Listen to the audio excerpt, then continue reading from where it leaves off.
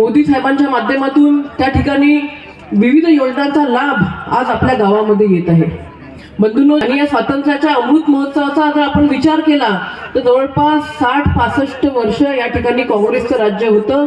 परंतु काँग्रेसचं प्रभारी आदरणीय शर्माजी, उपस्थित सर्वच शासकीय अधिकारी, माजी आमदार, भाजपाचे प्रदेश उपाध्यक्ष आदरणीय चैनुभाऊ संचेती, माजी आमदार शशी काळे साहेब, आदरणीय गुरुजी, आदरणीय तुकारामजी, आपण पाहत आहात आदरणीय मंत्री महोदयांचा चैनसुखजी संचेती, माजी आमदार विजयराज शिंदे साहेब, त्याचप्रमाणे माननीय आमदार श्वेताताई महाले यांचे. बंधूंनो, फक्त भाषण करून त्या ठिकाणी काही होत नाही, प्रत्यक्ष कृती करावी लागते.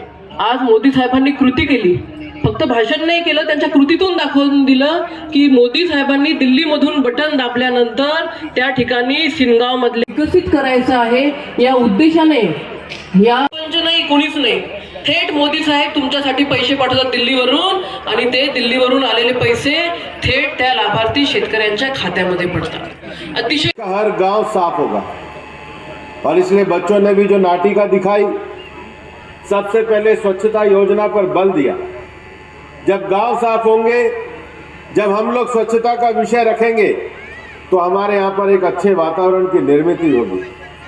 प्रधानमंत्री जी का संकल्प है, स्वच्छ गांव से ही स्वच्छ भारत बन सकता है. सभी योजनाएं सब लोगों तक पहुंचे. आज भारत बहुत बड़ी डिजिटल क्रांति से गुजर रहा है. मैं देख रहा था यहाँ पर बहुत सारी चीज़ों को आप डिजिटली अपने मोबाइल में कैद कर रहे थे, लेकिन केवल कुछ फोटो ले लेना ये हमारा काम नहीं है. ये डिजिटल क्रांति आने वाले समय में व्यापार जगत में, विज्ञान जगत में, हर क्षेत्र में काम करने वाली है. ये इतनी बड़ी ताकत है कि गवर्नेंस के लेकर के दुनिया के बाजार को हमारे गांव के साथ जोड़ सकती है.